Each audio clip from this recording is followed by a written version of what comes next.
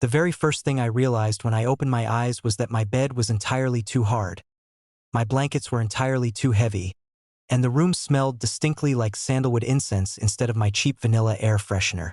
The second thing I realized was that I had hands. Smooth, uncalloused, delicate hands that looked like they had never touched a day of hard work in their entire existence. This was highly alarming, considering that my actual hands, the ones belonging to a 24-year-old overworked graphic designer, usually had coffee stains and a permanent callus from my digital pen. "Young master!" A voice gasped from somewhere to my left. I bolted upright, blinking against the sudden sunlight pouring through an ornately carved wooden window. A young girl in a traditional Hanfu dress was staring at me, her hands clasped tightly against her chest. "You're awake. Thank the gods.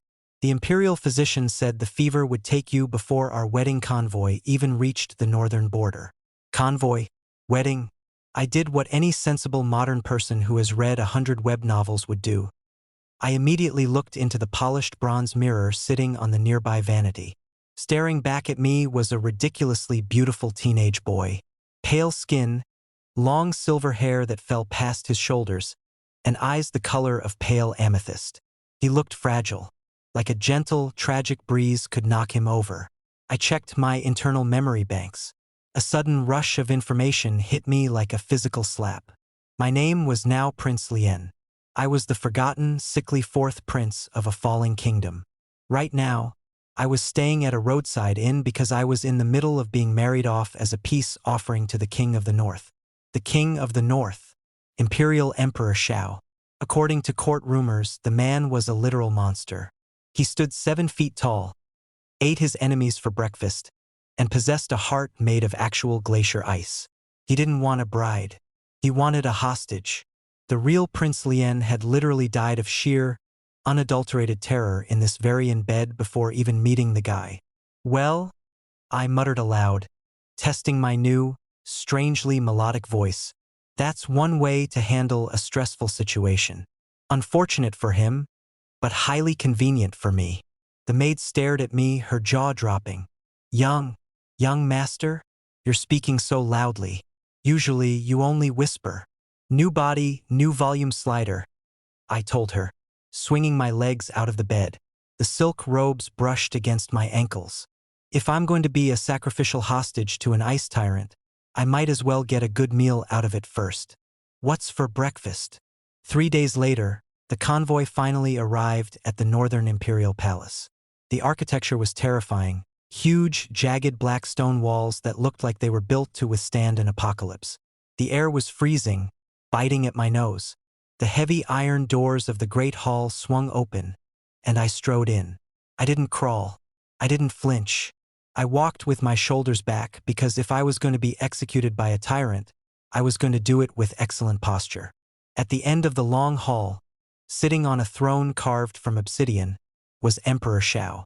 The rumors hadn't lied about his vibe, but they completely left out his face. The man was unfairly, ridiculously attractive. Sharp jawline, jet black hair tied back with a silver crown, and eyes so dark they looked like midnight.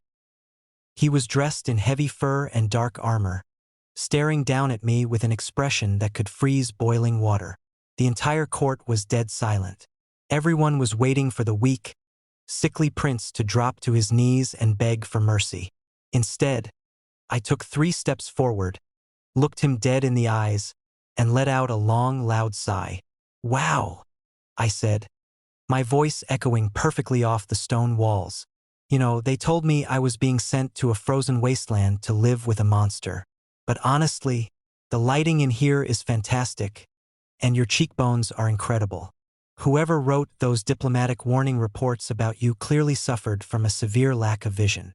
The silence that followed was so loud I could hear the Imperial Guard's armor rattling. Emperor Xiao didn't move. He didn't blink. But for a fraction of a second, the icy, unreadable expression on his face cracked, revealing a flash of absolute, pure confusion. I smiled cheerfully and took another step closer. "So, Your Majesty, do we eat dinner first? Or do you skip straight to the brooding?" The silence that followed my grand entrance into the throne room lasted so long I almost had time to check my non-existent watch. The terrifying Emperor Xiao didn't execute me on the spot, but he did banish me to the Shadow Pavilion, which sounded spooky, but turned out to be just a really dusty guest house. The real problem wasn't the dust. It was the food. The next morning, my maid brought me a bowl of gray, watery sludge. "What is this?" I asked, poking it with a chopstick. "Did the chef accidentally boil a mop?" "It is the imperial strength broth, young master," she whispered fearfully.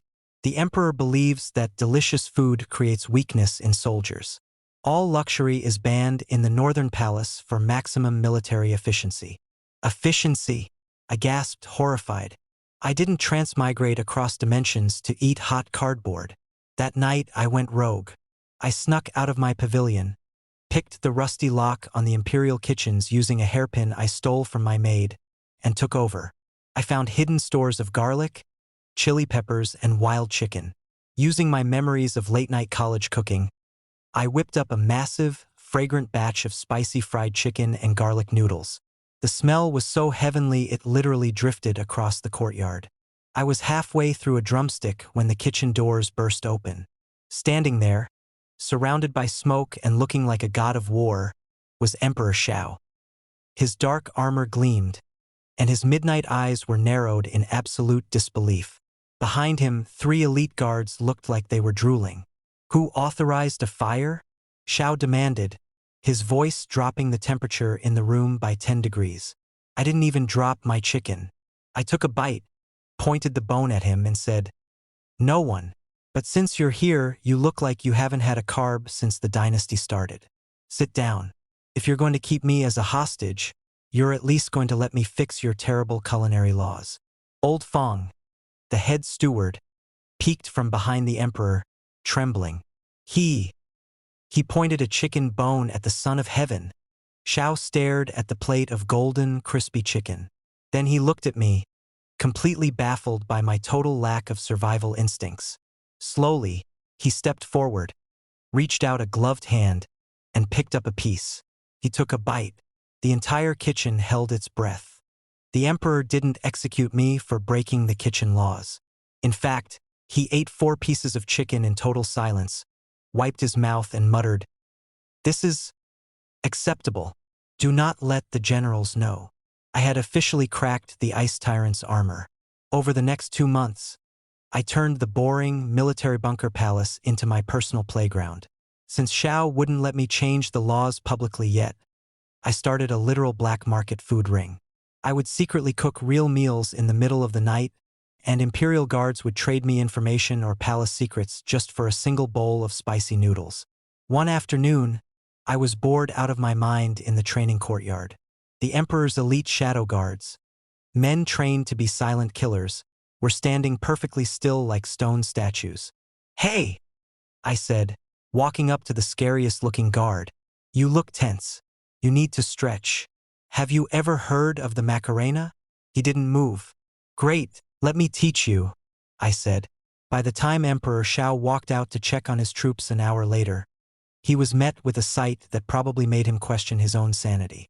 10 of his deadliest, most cold-blooded shadow guards were lined up in a perfect row, completely synchronized, doing a ridiculous, upbeat modern dance routine while I clapped and yelled out the beat. "Left, right, hips and jump," I shouted. "What?" A deep, rumbling voice echoed from the doorway. "Is happening here?" The guards instantly froze, dropping to their knees in terror. I turned around, beaming cheerfully at Xiao. "Your Majesty, perfect timing. Your guards have excellent rhythm, but their hip movement is a little stiff. Want to join the back row?" The guards looked like they were praying for a swift death. But Xiao just stood there, his dark eyes sweeping over his elite assassins, then settling on me. Suddenly, his shoulders shook. A low, breathtaking sound escaped him. A genuine, deep laugh that he tried, and failed, to hide behind his hand. "You are a plague upon my military order, Prince Lian," he said, walking over and grabbing my wrist, tugging me away from the troops. But his grip was entirely gentle. "Come with me." before you teach my generals how to shake their hips." A year later, the northern palace was completely ruined, in the best way possible. The military broth was banned forever. Night markets were officially legalized inside the city, and the strict, silent fortress was now the loudest, happiest place in the empire. One day, a dramatic carriage arrived from my old home country. My cowardly father had sent his most serious royal inspector, Minister Bao, to see how miserable his sacrificial son was. Minister Bao marched into the grand hall, expecting to see me weeping in chains. Instead, he walked into a full-blown cooking competition. There were smoky grills everywhere, and the entire imperial court was cheering loudly. At the judges' table sat Emperor Xiao, wearing his terrifying dark crown, carefully tasting a bowl of soup. Next to him, I was leaning back in a massive velvet chair, wearing a matching silk robe, lazily evaluating a plate of dumplings. Minister Bao's jaw hit the floor. Prince Lian, what is the meaning of this madness? Where is the ruthless king of the north? I waved a hand from my chair. "Oh, hey Minister Bao. Xiao is right here. He's just currently judging the semifinals for the Palace MasterChef tournament. By the way, if you brought any spices from the south, the gate guards will buy them off you for double the price." Minister Bao gasped, looking at the emperor. "Your Majesty, you allow this? The rumors said you were a heartless tyrant." Xiao slowly put down his spoon, wrapping a heavy, protective arm around my shoulder and pulling me flush against his side. He looked down at me with an expression so full of warmth and soft devotion it completely shocked the inspector. "The rumors were wrong," Xiao said smoothly, a small smile playing on his lips. "I was not a tyrant. I was just starving until my prince arrived to shake things up. Tell the king that the north is no longer silent, and Prince Lian is now my empress." Minister Bao left a few days later, completely stunned but clutching a bag of leftover fried chicken like it was holy water. That night, Xiao and I sat out on the highest palace balcony, looking down at the glowing lights of our loud, bustling city. He reached over, gently brushing a strand of silver hair out of my face. His dark eyes locked onto mine. "I never thought a place could feel like a home," Xiao whispered softly.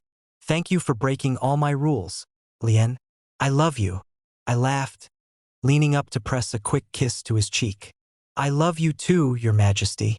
Now, pass me that plate of noodles. Ruling an empire makes a guy hungry."